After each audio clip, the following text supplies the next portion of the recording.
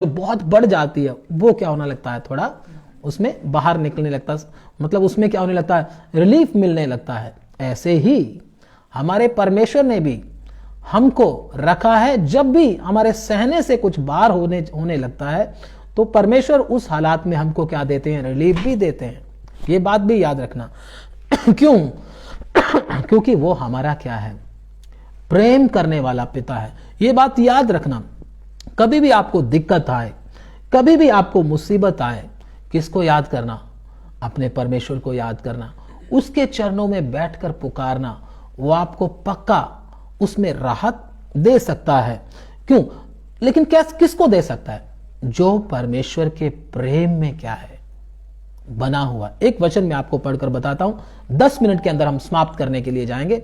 आप वचन को बड़े ध्यान से सुनना, केवल 10 मिनट के अंदर समाप्त करने के लिए जाएंगे। इन वचनों को ध्यान से सुनना। पढ़ेंगे प्रभु के वचन में से पहला यूहन्ना उसका 4 अध्याय उसका 18 वचन हम पढ़ेंगे। 1 जॉन चैप्टर 4 वर्स 18। पहला यूहन्ना 4 का 18।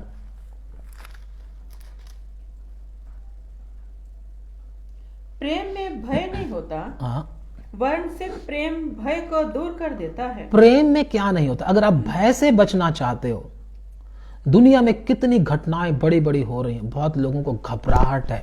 प्रभु के वचन में मत्ती में लिखा हुआ है, लोगों को घबराहट होगा।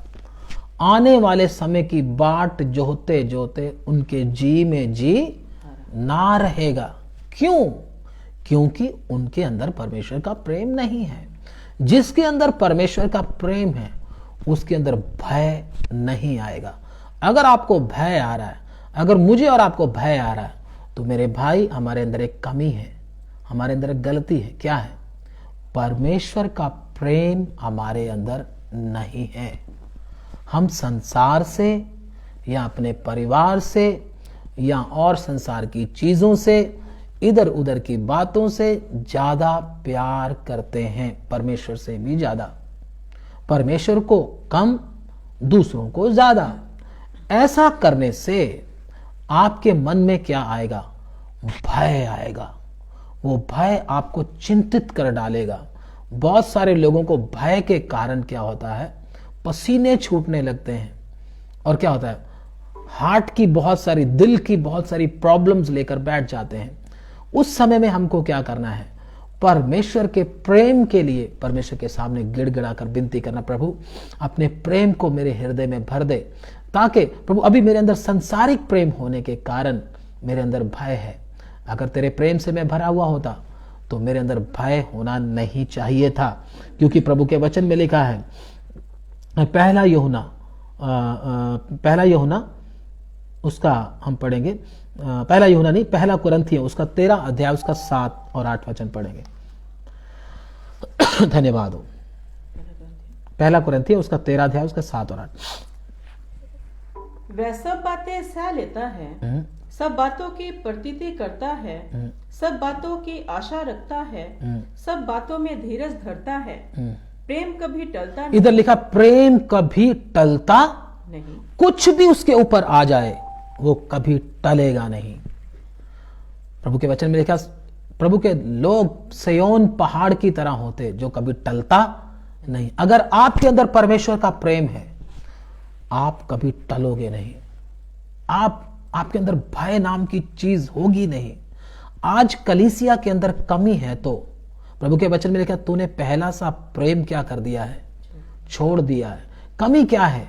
परमेश्वर का भय, परमेश्वर का प्रेम हमारे अंदर है ही नहीं। हम परमेश्वर से ज्यादा दूसरी चीजों को प्रेम करते हैं। कोई अपनी पढ़ाई को प्रेम करता है, कोई अपने रिश्तेदारों को प्रेम करता है, कोई अपने शरीर को प्रेम करता है, उसी को बनाने में लगा रहता है। कोई किसी को प्रेम करता है, किसी मनुष्य को प्रेम करता है। ऐसे ही प्रेम, इसलिए मन में क्या है? भय और चिंता है। अगर आपके अंदर परमेश्वर का प्रेम भर गया, सवाल ही नहीं पैदा होता कि आप संसारिक चिंता में और संसारिक भय में फंस जाओ। ये कैसे होता है? परमेश्वर का प्रेम कैसे होता है? जैसे एक कमरे के अंदर लाइट जल जाए तो अंधेरा क्या हो जाता है? अपने आप भाग जाता है, उसको भगाने की जरूरत नहीं पड़ती। ऐसे ही हमको भय को भगाने की जरूरत नहीं पड़ेगी, लड़ने की जरूरत नहीं पड़ेगी उससे।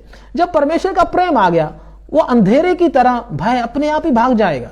परमेश्वर का प्रेम एक रोशनी की तरह है।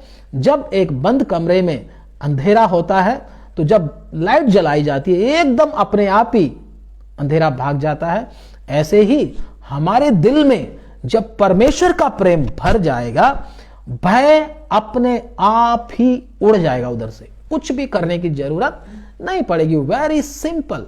लेकिन हम लोग परमेश्वर के प्रेम के लिए परमेश्वर के सामने विनती और याचना नहीं करते। हम लोग कहते चलेगा ऐसे ही, कोई बात नहीं, परमेश्वर के प्रेम को करके क्या लेना हमने।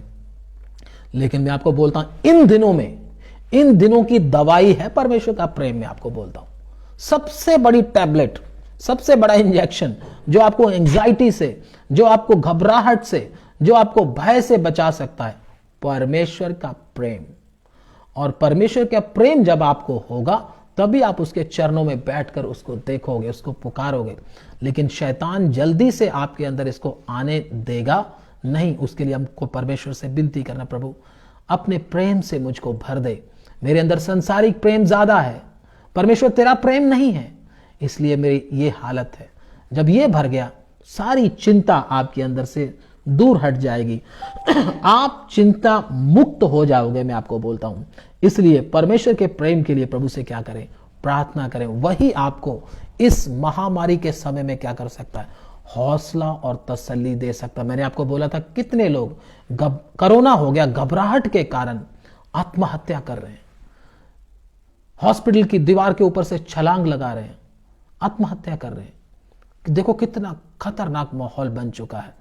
तो इस भय से बचाने के लिए परमेश्वर का वचन आज हमको बताता है, हे सब थके हुए और बोझ से दबे हुए लोगों, मेरे पास आओ, मैं तुमको क्या दूंगा, आराम दूंगा। मैं तुमको क्या दूंगा, विश्राम दूंगा।